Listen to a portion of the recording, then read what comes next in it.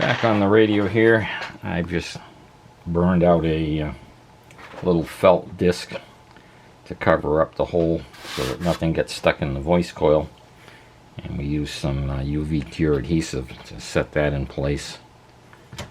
I'm going to clean up the speaker frame. I don't know how much of this will come off, whether I'll have to paint it or not. Let's try a little metal polish on it here. What did I do with my rag? I'm so organized. It just boggles the mind. This will do.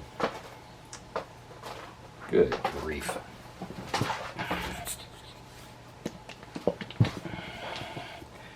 It's hard to tell how much of this is dirt and how much of it is rust. Oh, I think most of this is just going to clean up. I think this is going to clean up just fine. Yeah. I'm going to do that to the rest of the frame. Now there is a couple of places where there's actual rust. I'll drop a little silver paint on that screw right there. But 90% of this is just going to clean up. And we'll put the guards back on the speaker. Now I do have to repair this, where this was repaired once before. It's still got insulation on it. It's not bare wire. But I should take that apart and put heat shrink on there. The rest of the wires are in good shape. I don't know what happened to that. Now I did put the original line cord back on this. The original line cord, I don't know if you remember in the beginning, I thought it had a frayed spot, but it's just one or two of the strings, or whatever you want to call it, on the cord have been pulled. But it's not down to the rubber, and this thing is perfectly flexible. It's in really, really good shape. So I think I'm going to leave that vintage cord on there. It's perfectly safe. It's not cracked. The rubber is pliable. And, you know, we're not down to the rubber insulation here. That's just the first layer of string that got snagged on something. What else? Oh, we have restamped the IF cans. I've got their part numbers back on them like they should. I have yet to drop the tubes back in, but as soon as I'm finished with the speaker here, we'll drop the tubes back in the chassis. Oh, I still have to cut the volume control. I did test the knob on that replacement control that I put in there temporarily, and it's going to fit just fine. So I'll leave that that volume control in there and just cut the shaft to length. Not 100% happy with how these labels look. You know, they look kind of shabby now that the chassis has been painted. But again, that's something that I'll work on while I'm in Thailand. The only one that really shows any damage from having the masking tape put on it is some of the RMA. Now some of this was already damaged, but this piece of paint or whatever came off here, and a little tiny piece over here, this was already damaged, and it took off a little bit of the chassis number. It's still legible, it just lifted a little bit off of there. It didn't touch this one at all, and it didn't touch the UL label. This one I'll probably just go ahead and remake. That's fairly simple. But it's starting to look pretty good. I've got to clean up the dial, put the dial back on it. All of the wiring's been redone. And then I'll go through a quick alignment. We'll bring it up on the Variac just to make sure I didn't do any damage. I disconnected a lot of wiring to get everything off the thing. So we're going to bring it back up on the Variac. We'll make sure that it's still working fine, and see how badly I affected the alignment, if at all. You know, the tuning capacitor's been removed, the antenna coil's been removed, a lot of wiring's been disturbed, so it might need a touch up on the alignment again. But other than that, I think it's pretty much ready to rock and roll. So I'm going to turn off the camera. I'll get back to cleaning up the speaker here, and we'll pick up when I'm ready to turn the thing back on again. The speaker cleaned up very nicely. It's not going to need any paint. All I had to do was give it a good thorough cleaning. I went over it with a wire brush and you know, on my Dremel, a couple different wire brushes, and got into the nooks and crannies, and it cleaned up very nicely. So that's going to go back in just like it is, no paint. But I am going to repair this. I don't know what happened. This isn't even soldered. The two ends are just wrapped together. At some point in time, something happened to this cord. So I'm going to slip a piece of heat shrink over this wire. I'll solder this connection, slide the heat shrink up and heat shrink it, and call that done. I can't understand whatever happened. I'm going to leave the tie wrap on there. It's just safety. It, you know, takes all the strain off of the output transformer, so there's no accidents, and if somebody's unhappy with it in the future, all they have to do is cut it. It's not hurting anything being there. And I feel a lot better having it there.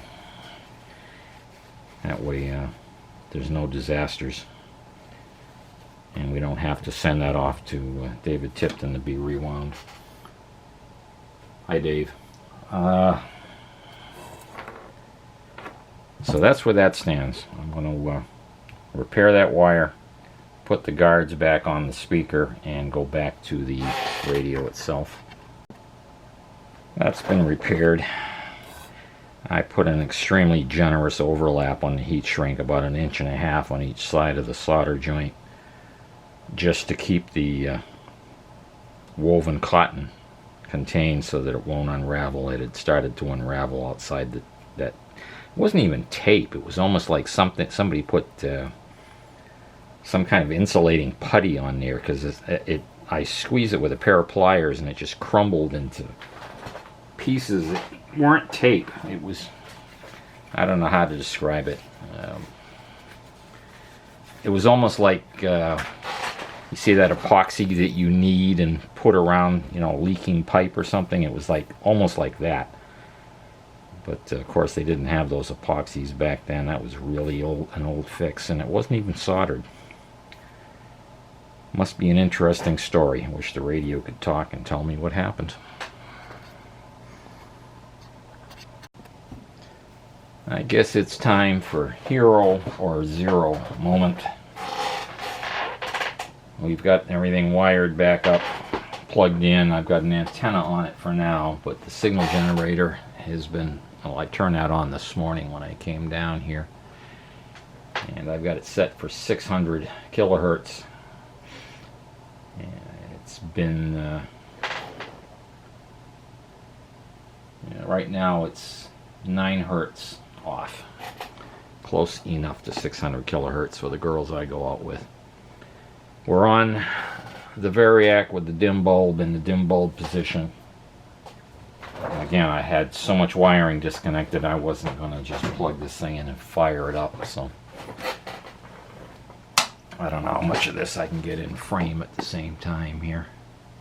Yeah, I guess we've got the power meter in frame, and we don't have the Variac in frame, but at least we can see what's going on. I wish there was room down here for the dim bulb, but if I stuck it in the back there, you still wouldn't be able to see it. Let's bring it up here and see what we've got for current. Oh, turn this on. What we've got for current draw. I can see that the pilot lamp's lit already, and I've only got 20 volts coming out of the Variac. So at about 35 or 40 volts, this should wake up. I can see the LCD trying to wake up. There it goes. There's 35 volts, 41 volts. It'll rise slowly as the heaters warm up and then dip back down when they start to draw current. But so far everything's looking good. Let's put the volume all the way up.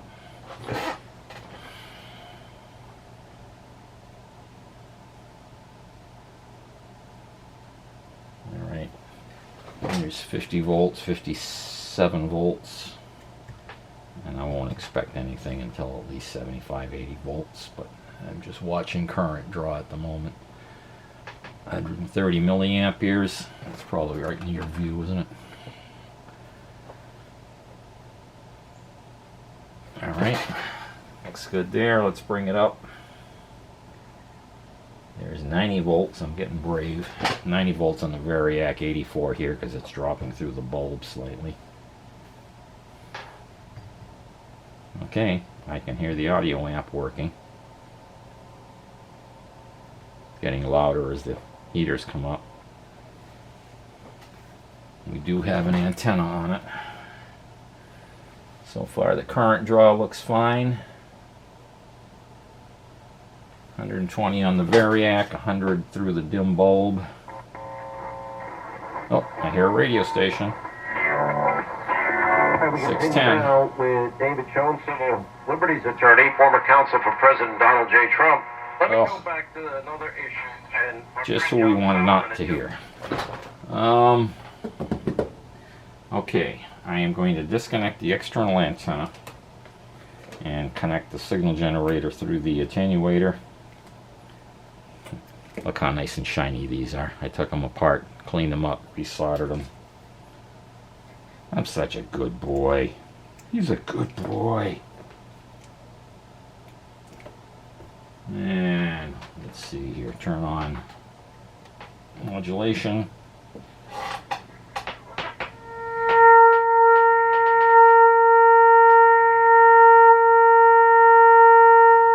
Right on 600. Excelente. Okay, looks like I didn't disturb the alignment much, if at all. Now that I know I'm on 600, I'm going to turn that down and put it on a higher band. Put the antenna back on and make sure all the shortwave bands still work, because I did disturb a lot of stuff. Still pretty early. What time is it? Oh, I don't have my phone. According to the clock up there, it's about 6:30 in the evening. Still have sun outside, so there won't be a lot to go by in the AM band. Riots in the summer 20 and the insurrection support.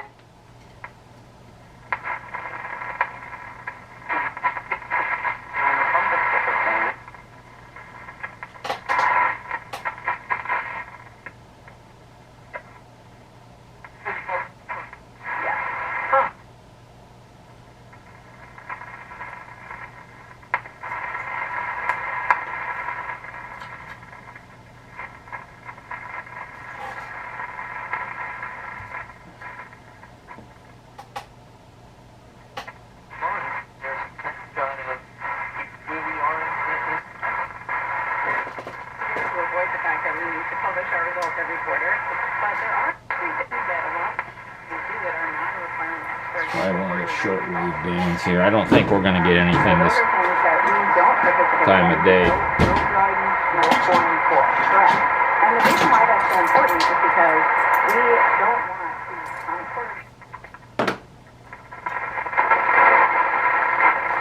to I'm only at 99 volts too. Let's turn off the dim bulb and go full power. There's 118 volts.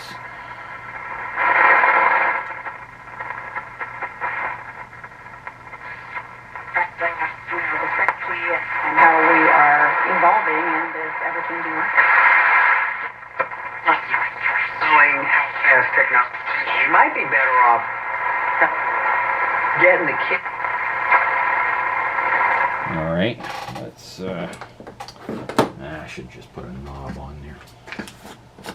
Why don't you just put a knob on there? Okay, I think I'll just put a knob on there. Good idea. Thanks, guys.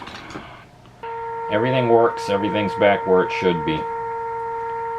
Now, dummy that I am, having never used the oh gosh, the name escapes me now. The stuff to fill the pores in the wood. You can tell I'm an expert woodworker, can't you? When I was on Amazon ordering the stuff, because they don't have it at the local home improvement store, I didn't know there were other colors. I thought they were all clear. I'd watched David Tipton do it, and I had no idea that they had other colors than clear. And there were several across the screen, all within $1 or so, and I read the description, and it was what I wanted, and I looked away, and I went back, and I clicked on the one that was $1 cheaper, and it showed up at the door, and it was white. So that's on its way back, and the clear filler will be here tomorrow, so I can get back on the cabinet.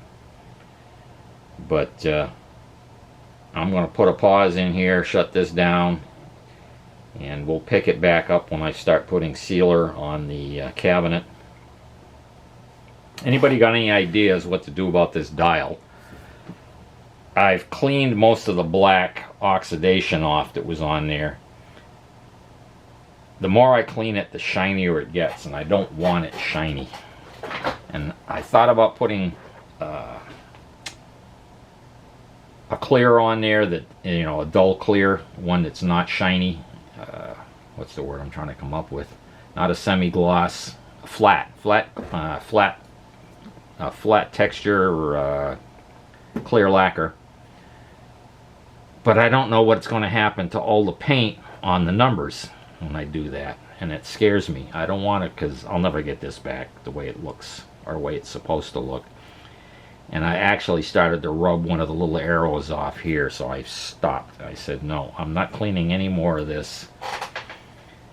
I'm hoping with the glass on there, in fact, let me go get the glass.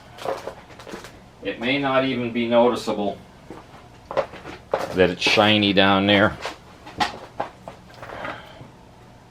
No, you can't even see it.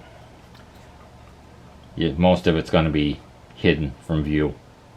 It's going to be behind this part of the bezel. So I'm stopping there. I'm going to just stop before I do damage. Any more damage.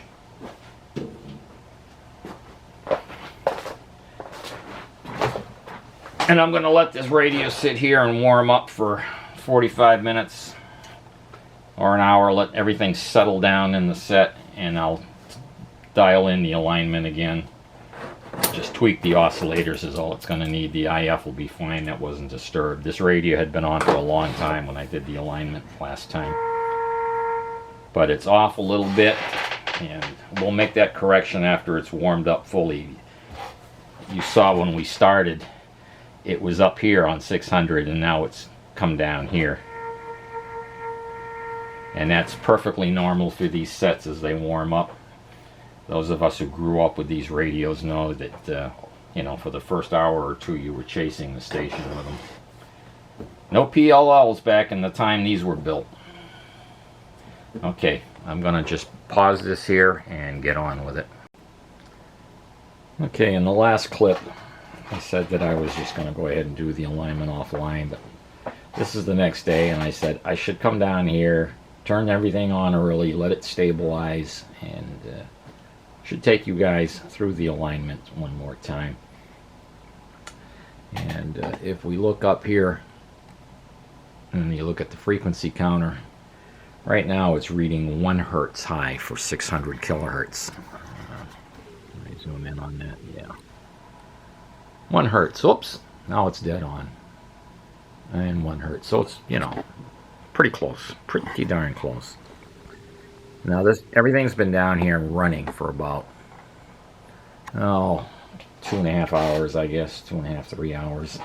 I turned it on and just came down here to check on things. 600 kilohertz, and ignoring parallax if you can, that's 600 kilohertz. I'm going to turn on, oh, what happened here? What am I pinching the scope probe.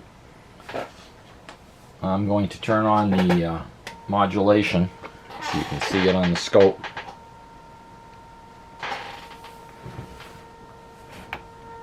And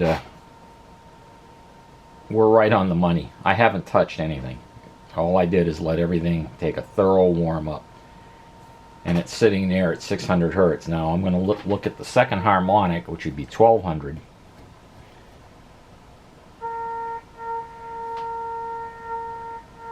And we're about half a division below 1200. So it's a little bit, reading a little low there, but if I go up here to the third harmonic, 1800, it's reading almost dead on, maybe just over the division high. So that's the third harmonic,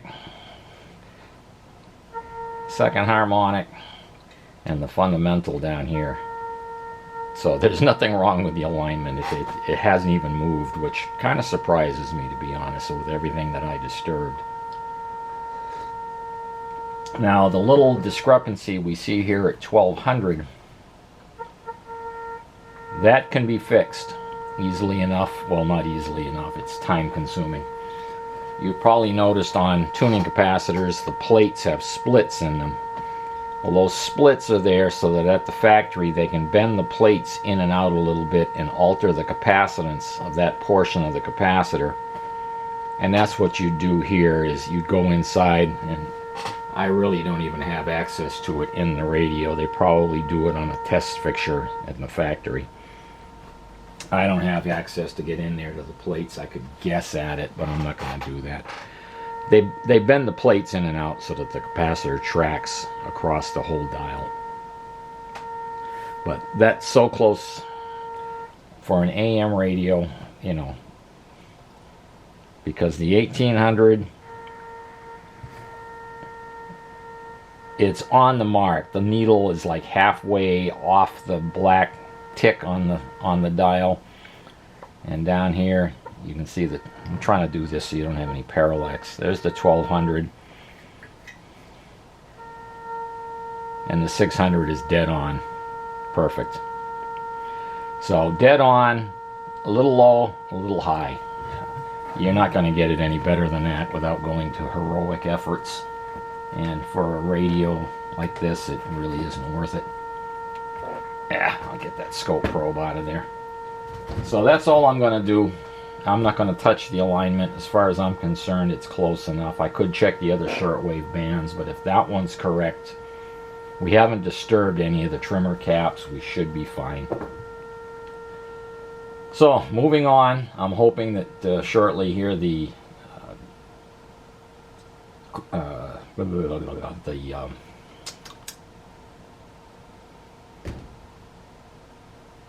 grain filler for the cabinet will be here, and I'll be able to finish up the cabinet and put everything together. We'll just remove the scope probe here. One hand in my pocket.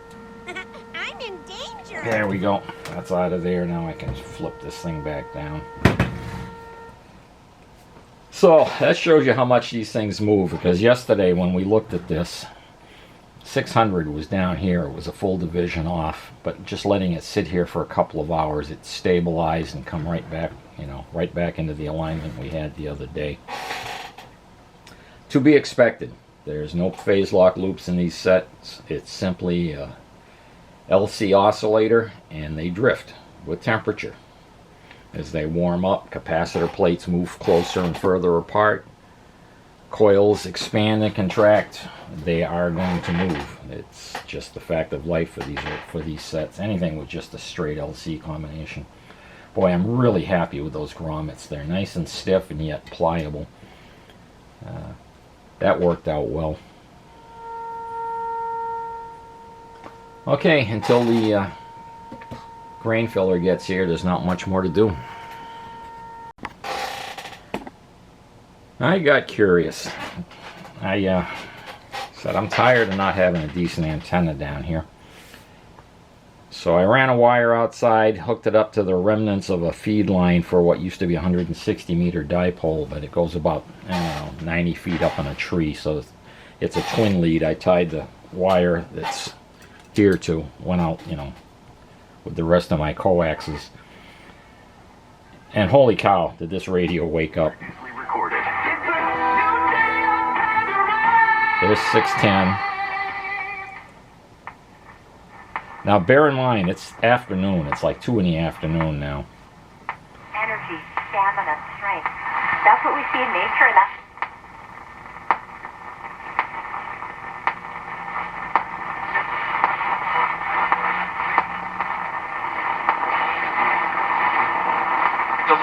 Kevin Burkhart's been a regular. I mean, we've had all of these. Greg Olson, obviously. I have no idea who that is. The station there in the background. No idea where this one is. In the country to criminalize illicit drugs, now it's becoming the first state Or to this walk one. back on that decision. Never heard him before.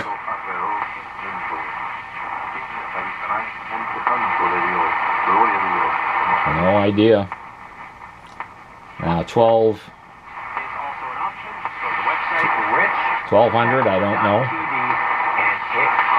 Never heard it before. 1210. Maybe 1225, I don't know.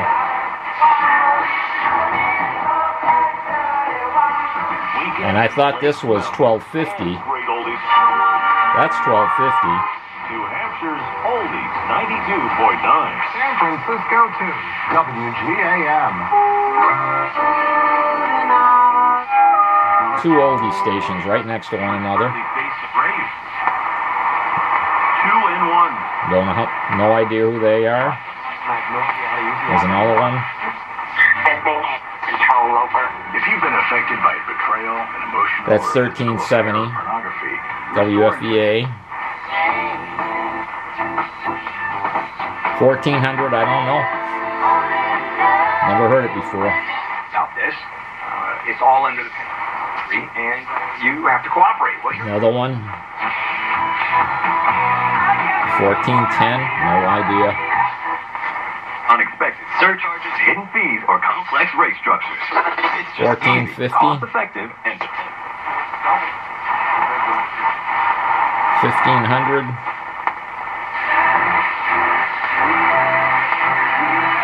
Around 1550. Bear in mind, this is middle of the afternoon.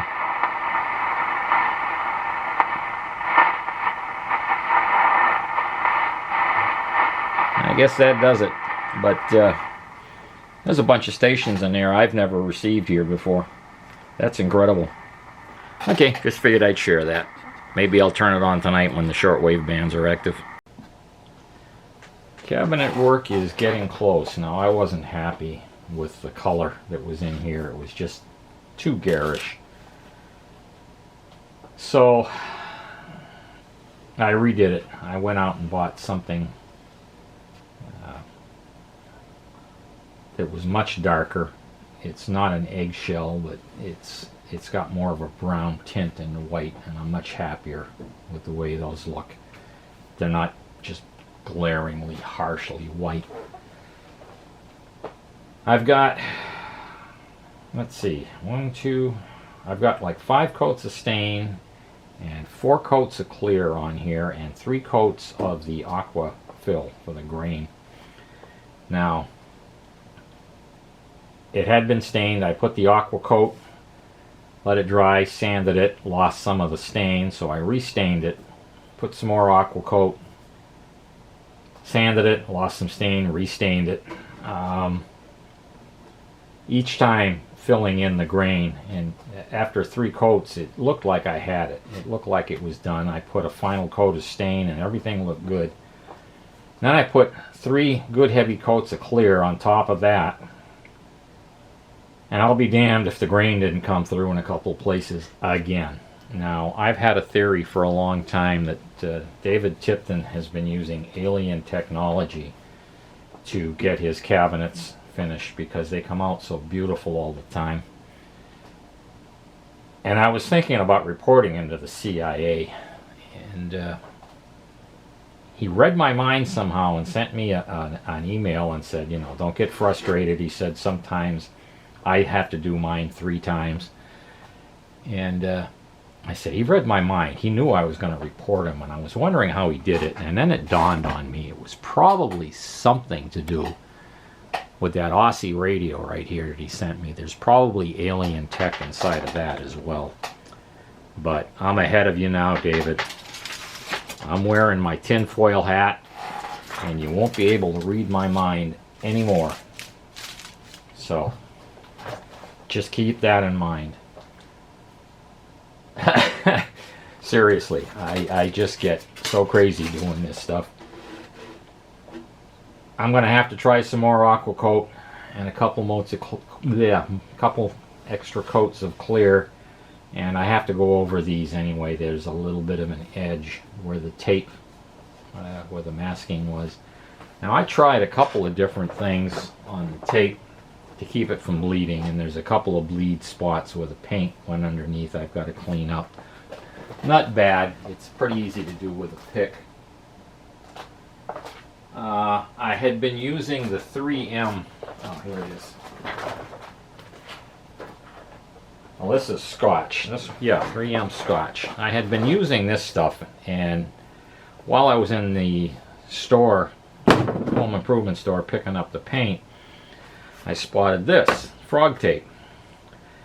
It says keeps paint out, keeps lines sharp, and it says, you know, special technology, you know, and they show the blue tape with the ragged edges, and they show theirs with the straight edges, and I said, well, I'll give it a try. Didn't do any different, same results. So more advertising wank.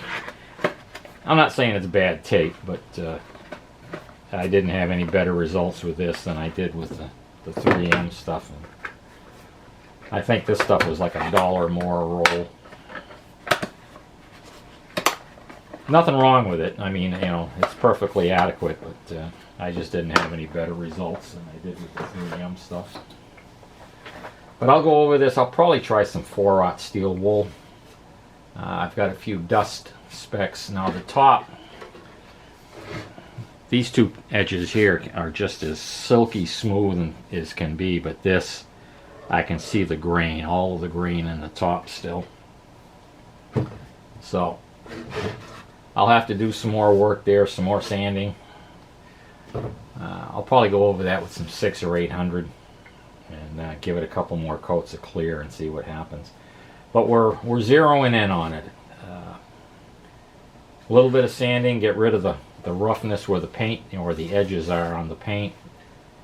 A couple more coats of clear, and we'll be putting Grille cloth in this and calling it done. It's starting to look pretty good. I'm getting pretty happy with it. I just wish the grain hadn't come through. And I guess I could try more of the gel coat, but we'll see. I'll see what it looks like after sanding and clearing it a couple more times. Okay, we have several options here. This is what came out of it. And we ignore the black spots. It had this gold weave in here. I've got this material. I think this is just too brassy, too brash. I'm not happy with that. I've got a couple of options. This one has some gold highlights in it. Probably not quite enough, although I kind of like that subdued look. And then I've got this one here, which is a little bit lighter. Maybe I'll go with that, I'm not sure. I'm just trying to figure out which one I like.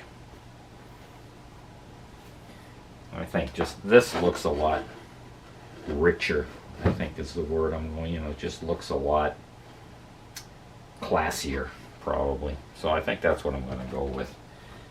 This looks a little bit crude weave. This is a much finer. I think I'm going to go with this, put it in there. Let's get on it. Here's a little tip for putting these cardboard backing boards back in and whatever little shades you have to go. I like using a regular stapler because the small staples are very close to what the factory had in there. Now I've got two big industrial staplers, but you're always in danger of the staples being a little too long, blowing through the front, and they just don't look right. But when you got a stapler like this and you're trying to work in here, it just doesn't work out. You open the, this is a standard swing line. So what I did, just knock the pin out, separate the two pieces. So you've got that. Just slip the pin back in here. Now you've got all the room in the world to go in there, and a little thump with your fist and those staples sink right down in and securely put your backing board in. And you can always just slip the pin out, slip the stapler back together.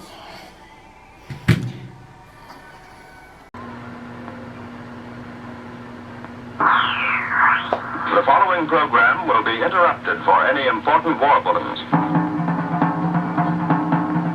Here's one that I'm sure is going to climb the ladder of popularity. I know it is. In the mood, Glenn. In the mood.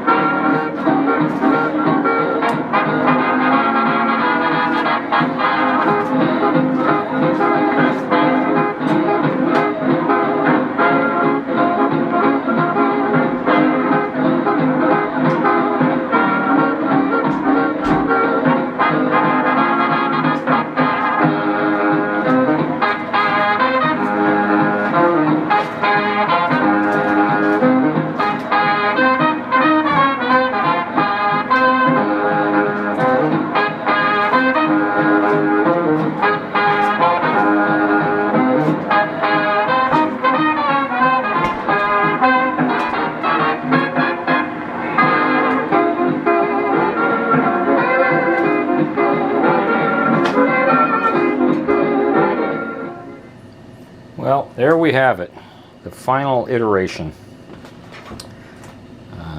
I'm pretty happy with the way this one turned out. I hope you guys are as well.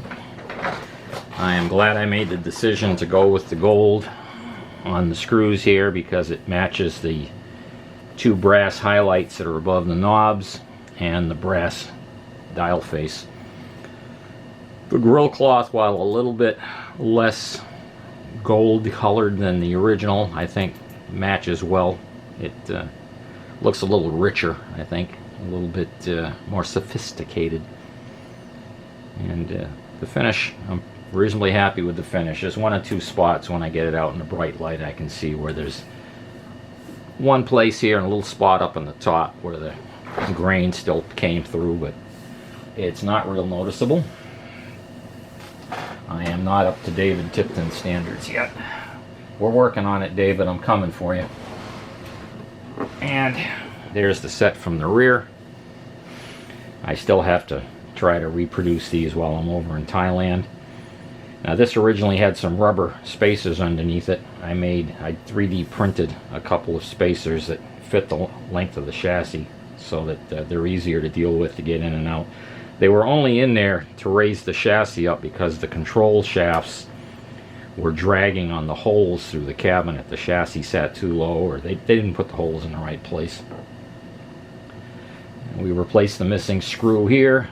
We've got our antenna and ground terminals. And I think this came out okay. The speaker looks great up in there. And I'm kind of happy with it. I think you'll like the next video I've got on tap. I've got a piece of vintage test equipment that I've restored or am restoring, and I think you'll find that one of interest. I'll get that out as soon as I can get through editing. For now, thanks for coming along for the ride. I appreciate the comments, and stay well. We'll talk to you soon.